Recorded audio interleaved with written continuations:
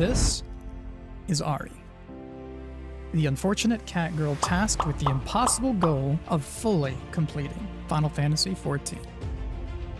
Over the next several thousands of hours, I will collect every single achievement, complete every new raid, and min-max every piece of content that the game throws at me.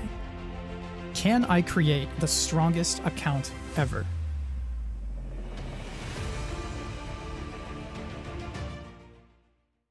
Sir, permission to leave the station. For what purpose, Master Chief? To give the Covenant back their bomb.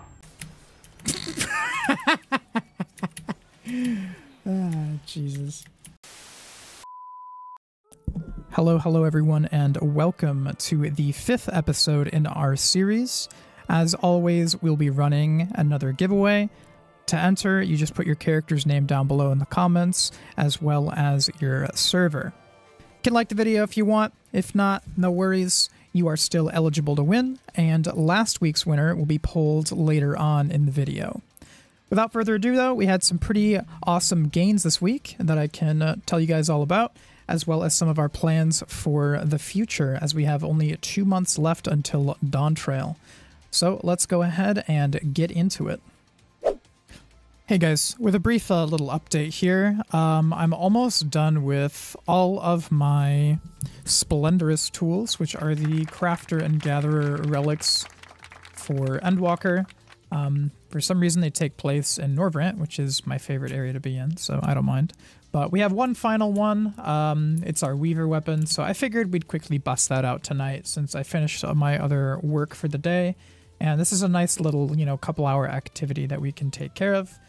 We've already got the materials. My FC mate Coach, the same guy who made the crafting dock for me, he was kind enough to give us the materials we needed that needed scripts, so we're going to go ahead and bang these out now. We also have a surplus of clusters, so this is totally fine.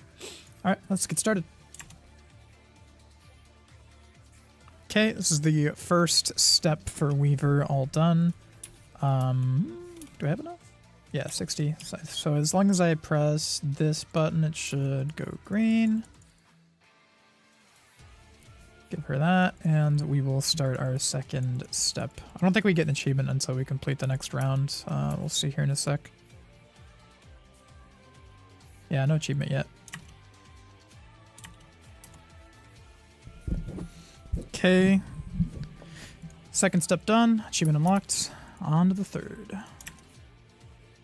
That is the next step completed. We are getting pretty close to the end now.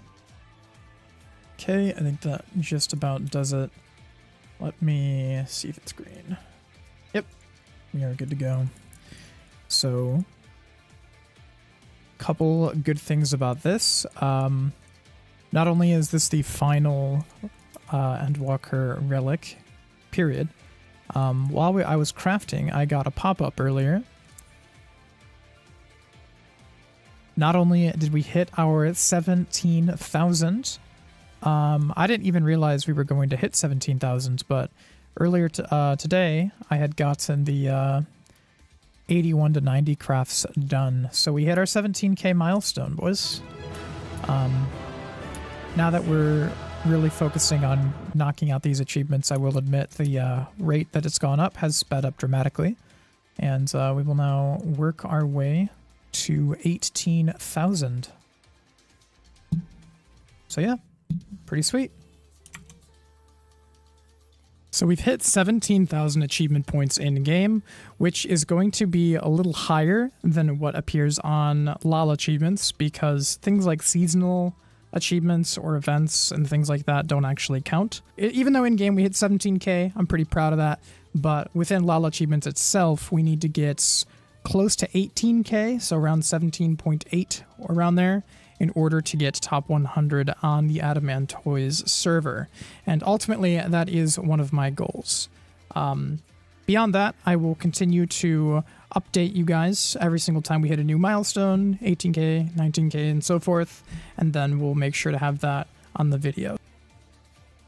So now that we have our Endwalker relics completely done, the other piece of Endwalker content that I've been working away at and doing a pretty good job with it is actually called Island Sanctuary.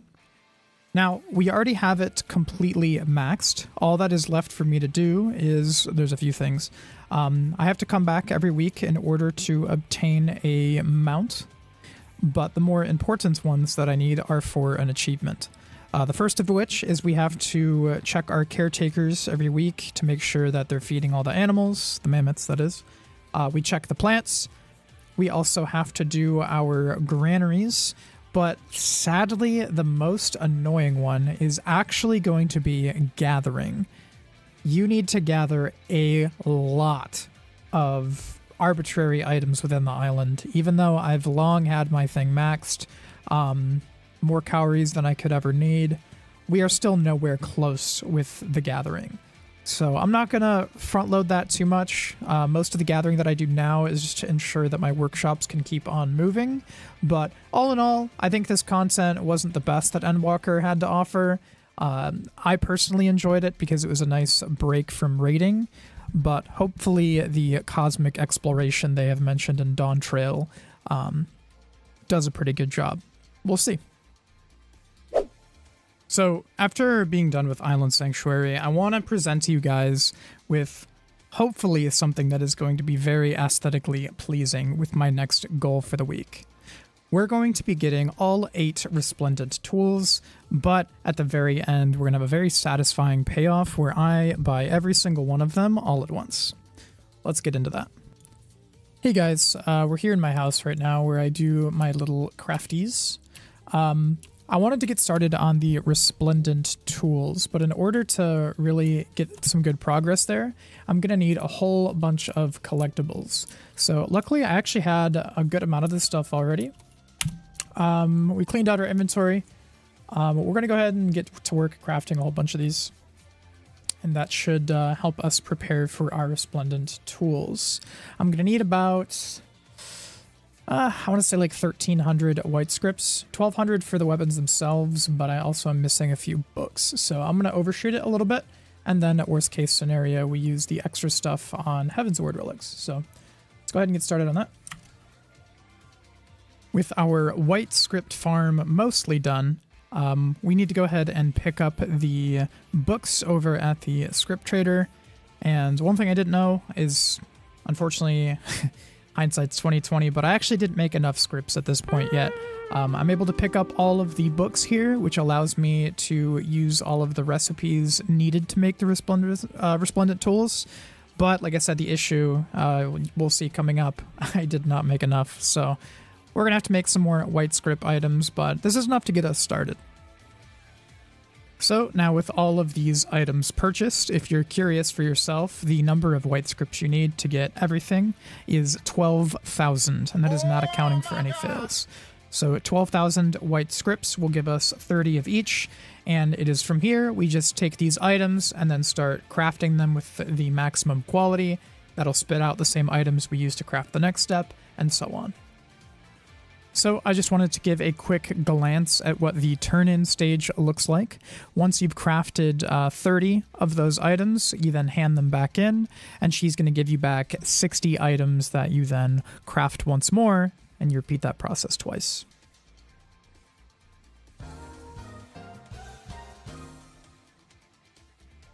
I ran out of white scripts because I did not account for user error, so we're going to have to take a little break and go over and do our custom deliveries.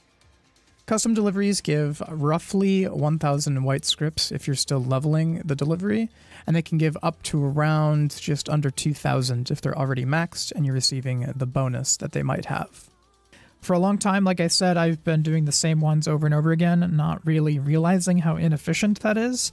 So my latest goal regarding custom deliveries has been not only unlocking them all, but getting them to tier 5 so I can keep active with those bonuses you get each week. I think I brought it up last week, but remember, if you have a little bonus symbol on it, you get bonus rewards. So our goal is to get them all unlocked so we can take advantage of that.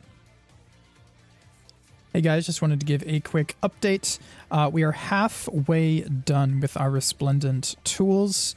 I initially had calculated the exact amount of materials that I needed, but I didn't account for user error. So I actually had no scripts left, so when I broke a few, I was not able to purchase another one.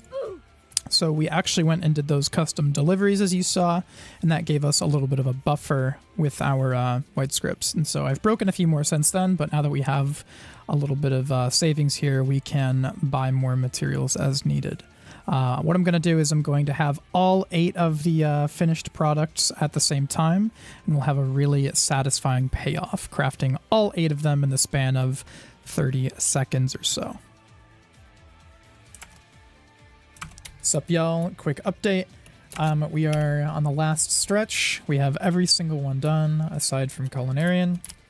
And so we're going to get that started. Also wanted to give a quick update. While I was crafting earlier, I actually got the synthesizing 5,000 collectibles, and then we had raid, so I had to go do that. But we got an achievement here for 5k collectibles. Nice little surprise to add on top.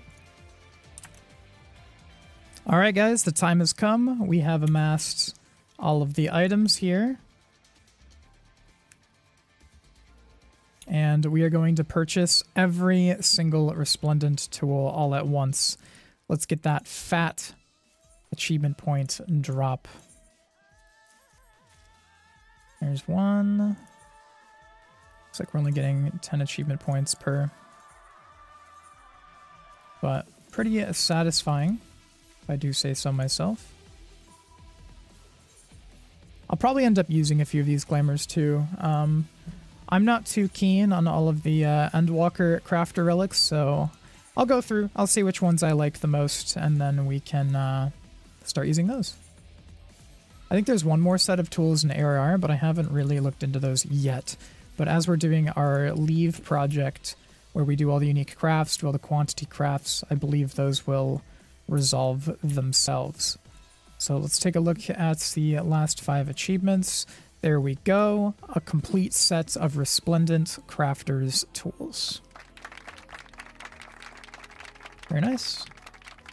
Actually, don't know. Is there Resplendent tools for gatherers? Maybe not. If there is, I've missed it. I don't think so, but either way, pretty cool. Nice thing to get done. Blameless tools. So I have not actually started the Alchemist Leves, but we're hitting that time now where we're getting close to the allowance cap. In order for us to actually do the unique Leve achievements, we're going to need a total of, let me math. It's like 150, I think? 150, 160 Leves total. A little bit more than that. But in order to actually hit that number, I need to actually make sure I'm spending the large-scale Leves. So we're going to pick these up really quick, specifically Tradecraft. We go to Alchemist, and I have the exact names here. Let's see, Ink into Antiquity. We are taking this one. Washing Away the Sins, we're taking this one. Next is Garden of Arcane something, there it is. And then we need Curbing the Contagion and Forgery of Convenience. There's that. Okay, cool. So we've got all 5 of these. What this means now is we need to let our allowances go back up. And then once we get to that like 85-90 range, we are going to begin doing the same thing we did for Culinarian, except for Alchemist this time. And I've already looked at the sheet a little bit that Coach made, and that's all I have to say. Just wanted to fire up my recording really quick and show you guys that we've still been plugging away at the Maelstrom turn-ins. We're at roughly just over 10% of the way done with turn-ins, so we should be on track to finish before should be on track to finish before Dawntrail comes out, so we'll need to make sure that we stay on top of this daily. I think if I miss absolutely no days at all, it's going to work out to be, not only will I finish, I should be able to start the Immortal Flames for about 10 days or so, something like that. So as long as I don't forget, we should be in good shape, and I will get these all handed in. I also wanted to quickly include that as I've been turning in stuff for my expert deliveries, we've also been finishing up all of the seal-based achievements. So pretty soon it'll just be the Frontline achievements as well as the turn-ins, but it's nice to get these out of the way. So we dipped back into Eureka again this week, mainly because as we've been working on every single Eureka weapon, I've narrowed down the 2 hardest parts of actually crafting every weapon. And there's 2 problems. Number 1 is frosted protean crystals, which is from farming light on the 2nd map Pagos. The rate of acquisition is pretty out of the way, and unfortunately just doing NMs is not going to be enough, and you kind of have to go out of your way to do it. Before I jump into that, the other big problem is Hydatos crystals. Hydatos crystals and frosted protean crystals are basically the 2 big gatekeepers of getting all the Eureka weapons, but we're just going to worry about the frosted ones for now. So to tackle that, I decided that it's time for us to buff up our samurai weapon.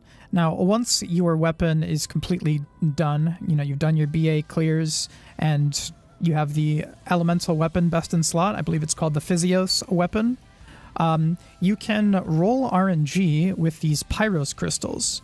The Pyros crystals are actually not needed to craft relics, so you can kind of just throw them away as you see fit. And essentially what you do here is upgrade your weapon with additional substats. I'm not going to do a full deep dive into it, but the quick version is it starts with no substats, and every single time you feed 2 crystals, it's kind of like Gamba. You feed 2 crystals, and there's a chance that you get an extra line of substats. It caps at 5, and so if you get your first line, you're good. The next time you gamble, you're guaranteed 1, and you have a chance at getting 2. And so what we're going to do real quick here is use our little nest egg of crystals, blow through them all, and try and get a 5 substat samurai weapon. And we're going to be using this to farm some frosted protean crystals in Pagos. Luckily, we get a pretty decent weapon and more than serviceable for our needs. Farming for light in Pagos is a bit inconsistent. The top 3 methods that I've found is number 1, prepping Cassie is number 1. If you have a full party and you can take out the monsters near where that NM spawns, that's going to be pretty good light. The second best that I've seen, and honestly it's tied with Cassie, they're both just the best, is prepping Louis, which is another massive NM within the map. And then the third method, which is nice because you can do it pretty reliably solo, is actually using the 2 bunny fates, one up north and one down south. You can pull local enemies, get them low, and then sink your level down. And then when you actually deal the killing blows, you're going to get a serviceable amount of light. All in all, they're not as good as the first 2 methods, but it doesn't feel like you're wasting your time when you do it. And it's not too bad. So if you're in a rush, you could just sit there and do that. The only problem with this is if people come by and complete the bunny fate, then you are SOL. And while we were in the area, we just got lucky. While I was farming some frosted protean crystals, Cassie did indeed spawn, so we ran over and picked that up real quick. No earring drop, but still a guaranteed crystal, which fine by me. After our Pagos grinding, we got just over 20 frosted protean crystals, which are probably the highest demand thing we need right now. The other 2 main things that we were up to this week was Blue Mage as well as PvP Frontlines. Before I dive into that though, we also made sure to stop by the Doman Enclave and complete our weekly, I guess I'll call them turn-ins. We got another achievement from this, and I believe we're getting pretty close to being done with it. And then we can start our Frontlines goals for the week. So the games this week were pretty fun. I found that Frontlines is far, far more enjoyable when you're playing it with your friends. You can just do for funning if you want and play jobs that aren't particularly strong. For us, we did a bit of meta slaving, to be fair. Playing stuff like Dark Knight, Dragoon, everyone's favorite. And I'm kind of hoping that in the future they do consider reworking the game mode a little bit and making it a bit more interesting, as more often than not, the team in the lead will get 2v1'd for the majority of the Frontline game, and it can make it very frustrating to do well, as the team that's in the lead is continuously farming kills, and making it less fun for the people that don't like PvP, and conversely, the people that are there to do well and have a good time and win are being punished for doing well by getting 2v1'd the whole time. So the current system is kind of good for nobody, because people that take it seriously are always getting 2v1'd, and the game's combat doesn't really allow you to win with those odds, while conversely, the people that aren't very into it and are just kind of casual get forced into these 15-minute slogs where they're being murdered on repeat. So hopefully Dawntrail has some pretty good stuff in this regard, and we'll just have to hope that the changes they have in mind are good. These are the stats for the week. Nothing super phenomenal, but I guess not terrible either, since we won more than a third. Generally, I like to win closer to 40% or higher. A lot of this was solo queuing, but I've now realized it's a much more fun and also a much more feasible grind to actually use a pre-made. And we'll see how this goes. This is probably going to be the longest term achievement on my entire account, other than Leves. But I enjoy PvP in games, so we'll see. We'll see what happens in the future with this, but appreciate all my friends for playing, and we'll probably do some more every week just to stay warm.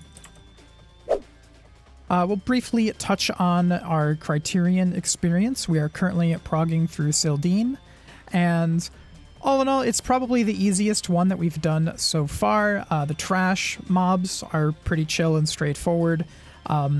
We finished Boss 2 this week, and I believe we'll be adding an extra raid day, so that way we can give another crack at it and hopefully clear the normal mode. And then before long, we'll be going into the Savage mode and hopefully getting closer and closer to that epic hero. If we make more developments, I will keep you guys posted on the next episode regarding Criterion.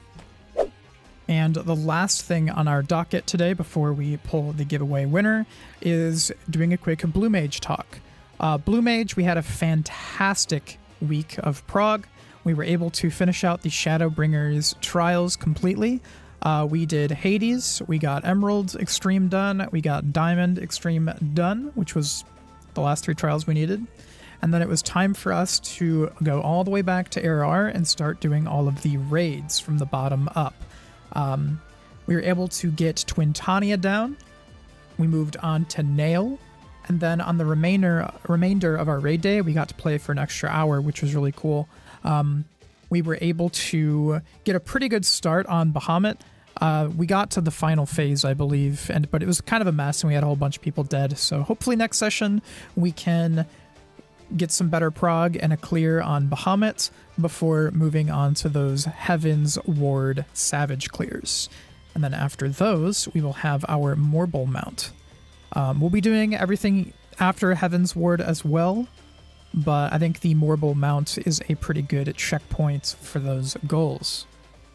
I didn't realize this until just now, but when we ran our Blue Mage Hades Extreme run, I actually got the card. So pretty cool unlock. I am not actually starting my triple triad grind yet, but I'm on the lookout for annoying little cards like that. I think Eden's Promise is also a particularly bad one, but got a card, pretty cool. All right, it's time to pull this week's giveaway.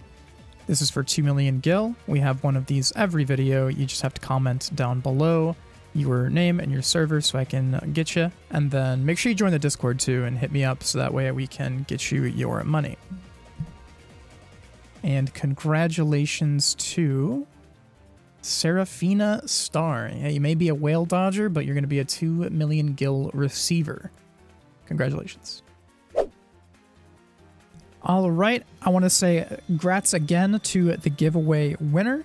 If you'd like to enter this video's giveaway, don't forget to put a comment down below, specifically with your character's name as well as server. If you enjoyed, feel free to drop a like and sub, helps me out a whole bunch. We are also going to start streaming while we're streaming on Twitch with a multi-stream on YouTube here. So if you'd like to follow me over at Twitch, it's twitch.tv/AhriEffect. And we'll also be broadcasting live on our YouTube as well. That'll be Friday, Saturday, Sunday, Monday, roughly about 8 p.m. Eastern, all the way through probably like 6 in the morning or so. We do that 4 days a week for 10 hours. So if you're a DGen, EU, OCE, we are live really late at night. So feel free to come say hey. And that's all I have for you guys this time. Thank you for watching our 5th episode in our Strongest Account series, and I will see you guys on the next one with our giveaway winner as well as a new giveaway. Bye-bye for now, and I'll see you on the next one.